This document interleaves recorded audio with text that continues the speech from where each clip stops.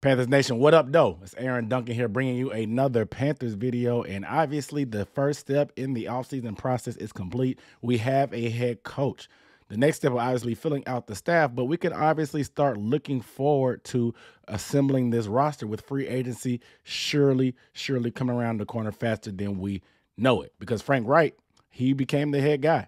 And we know he's going to want to put his own fingerprints on this team. But with the Panthers in the salary cap predicament that they are right now, there's going to be a little bit of maneuvering that they're going to have to do. So I went into detail about how the Panthers can turn this little tight situation into a more favorable cap situation for us to be able to build this roster via free agency, whether Frank Reich wants to go get some former Colts players or just get some other guys that he may want to pull that fits their system, depending on our coordinators, of course. But this is a good start for creating a good amount of cap space and making some tough decisions. But make sure you stay around to the end so you see the one toughest decision that will have to be made by this coaching staff that I added on to the tail end. So make sure you stay around for the full thing. But let's transition to talk about the Panthers offseason and their cap space as we get ready, as the next step is going into free agency. Now, if you look at your favorite capologist website, whether it's Over the Cap or Spot Track, the things don't look good for the Panthers at present time.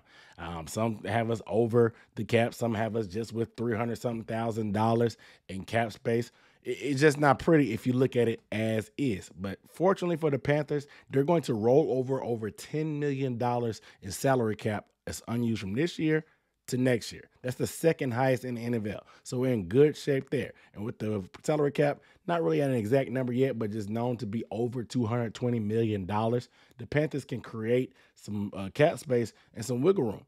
Obviously, with these new websites out, there's a lot more functionality. You can play around and move chess pieces around. So me personally, I'm going to show you how to take the Panthers from little bitty old cap space that we have now all the way to big cap space. So we have some major cap space and picking real players in free agency. You ready to see how I can turn water into wine? Let's go ahead and get into the lab. So the first two moves are going to be cutting some veterans. And number one is going to be cutting Pat Elflein. Now, cutting Pat Elflein is going to save about $4.75 million. Second, you're going to cut Damian Wilson. That's going to save about $3.6 million. Now, obviously, Damian Wilson didn't give us much from the defensive standpoint. We needed help from linebackers. Didn't give us much at all. We have some young guys in Brandon Smith that's going to give us a chance. Damian Wilson is expendable. Pat Elflein ended up getting hurt. Played solid, was a starter for most of the year, but we know our priority needs to be Bradley Bozeman, who probably played better, and Pat Elflein has been collecting money for a while for these Panthers thanks to Matt Rhule. Let's go ahead and move on from him. We appreciate your services, Pat, but you and Damian Wilson got to get up out of here. So between those two guys, you're going to get about $8 million in cap space. There's three other moves you need to do to restructure. You're going to restructure DJ Moore.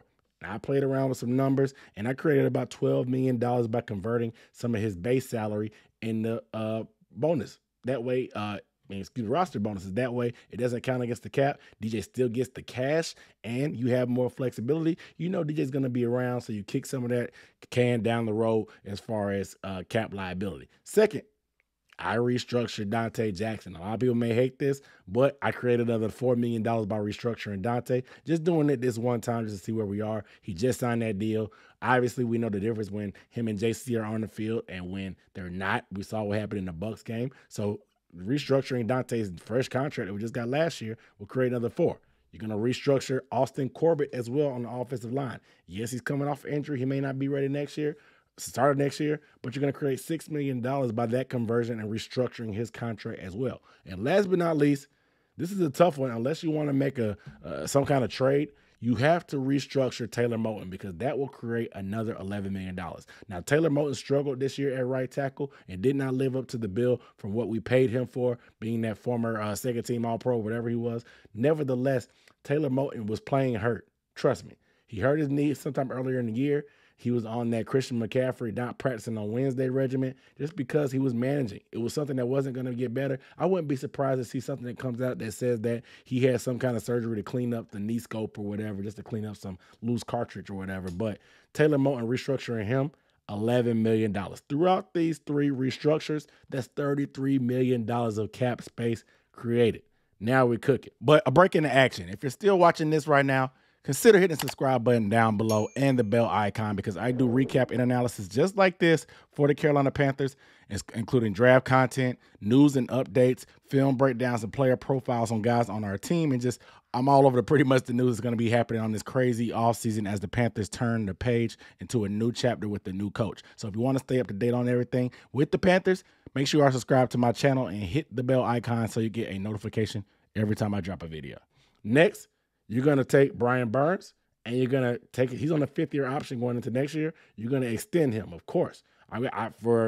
For kicks and giggles, I gave him the Max Crosby extension. I think it'll be more than that, but I say his talent level and production is on that Max Crosby level, and restructuring his 5th-year option deal and creating some of that into roster bonus is going to get $12 million in salary cap as well. And next, you're going to actually extend and restructure Shaq Thompson's contract. He has a massive cap hit this year, almost $20 million, and I agree. Shaq is not worth that, but he's not a liability like some people think. He's a solid vet. He's going to be a good locker room guy no matter who the head coach is. Obviously, he's a big proponent of Steve Wilkes, but he's been here his whole career. He has been solid. You take that contract, you break it up and split what he's getting paid now over the next few years, give him some extra bonuses, and he knows he wants to do whatever it takes to get there. He's on record saying that he will be willing to restructure and possibly take less money. So by restructuring the deal like I did with Shaq, you save another $9 million. And look, I'll put the graphic up.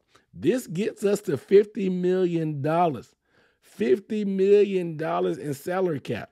I told you I'm putting my big cap on. $50 million in salary cap is enough to get it popping, because we're going to talk about some of the pending free agents on this team, but I wanted to show you how the Panthers can create $50 million by doing some moves that pretty much seem like no-brainers. Yes, you may want to argue against extending Shaq and extending Dante, but I think every other move that I said, it seems pretty logical, because even if you don't do the Dante and Shaq part, you're still going to have $37 million, which is okay. But $50 million sounds a lot better to me. You guys let me know how you feel about all those cap moves I talked about. And do you think I'm on the right track with the big cap, or you think I'm smoking something because I want to extend Shaq and I want to restructure Dante Jackson? Let me know down below in the comments. But one of the toughest decisions that the new leadership and front office is going to have to make is going to be a very controversial one that could probably divide the fan base right down the middle. And that's going to be the kicking position. All right, because we know Eddie Pinheiro was signed to the team after Zane Gonzalez suffered a bad luck preseason injury. Now, after back-to-back years of being injured on some fluke type of plays and warm-ups, a lot of people may be questioning Zane Gonzalez and his durability. And it was unfortunate because Zane Gonzalez, he came in last year taking over for, obviously, we remember Joey Sly, but he ended up partially playing the season, and he had a kicking percentage of 90% with a long of 57 yards and a mid-60% touchback percentage. Very strong leg, very accurate, very consistent for us. Zane Gonzalez really came up big, and the Panthers rewarded him with the 2-year, $4.5 million contract. So it's kind of in a weird spot. With one more year left on this contract, if the Panthers cut Zane Gonzalez, they can save about $1.4 million and add it to the salary cap. Not a huge amount for me, but you have Eddie in the back pocket. He'll be a free agent, but with Chris Tabor being retained by obviously our new head coach, Frank Reich, Chris Tabor and Eddie Pinheiro have that connection, so Pinheiro could have that inside track. However, I am a big fan of Zane because Eddie's leg is not that strong. He does have a career high of 54 yards, but that's pushing it. We saw multiple times on different occasions that Steve Wilkes had to be extra conservative and punting the ball in your own territory because you can't trust your kicker around 50 yards. It gets a little bit muddy. So if you have to punt from the 35-yard line or take a delay of game and then punt because you can't trust your kicker, that's a problem. He's not really an asset. He's more of a liability that you hope comes through for you. So personally, me, I wouldn't make any irrational cuts right now. I would sit on both of these guys, bring in Eddie on a small deal, bring them into camp, let them compete with each other throughout training camp and preseason, and hold on to the best one, because sometimes you need that pressure and that mental aspect for you to bring out the best. We saw Eddie kind of crumble in Atlanta and fall short by missing an extra point and a field goal that could have easily won the game for the Panthers despite DJ Moore's little helmet incident. And that could have possibly won this team the division, put the team in the playoffs, and who knows what his teammate is from a leadership standpoint if this team makes the playoffs. Maybe Steve Wilkes is still around. Who knows? However, Eddie Pinero's range is a little bit shaky around 50. So I would take the stronger leg and defer to Zane, but I want to make sure Zane is healthy before we make any irrational decisions. So I'll actually keep Zane for now, bring back Eddie, let them compete, make sure Zane is fully healthy. And if not, you can get rid of him. And if let the best man win in camp. That's my decision on that aspect right there. But it's going to be a tough one. You guys let me know down below in the comments how you feel about the kicking situation. Because I said Eddie was unclutched against Atlanta, but he did kind of make up for it against the Saints, making that game winner, even though the stakes was lower. So let me know how you guys feel about the kicking situation and any other decisions that I talked about as far as the salary cap. And if you like my plan to go from a little bit of cap to some big cap. But without further ado, my name is Aaron Duncan here with the Necessary Bluntly Sports Talk. Make sure you guys are subscribed. I'll see you next time. Peace.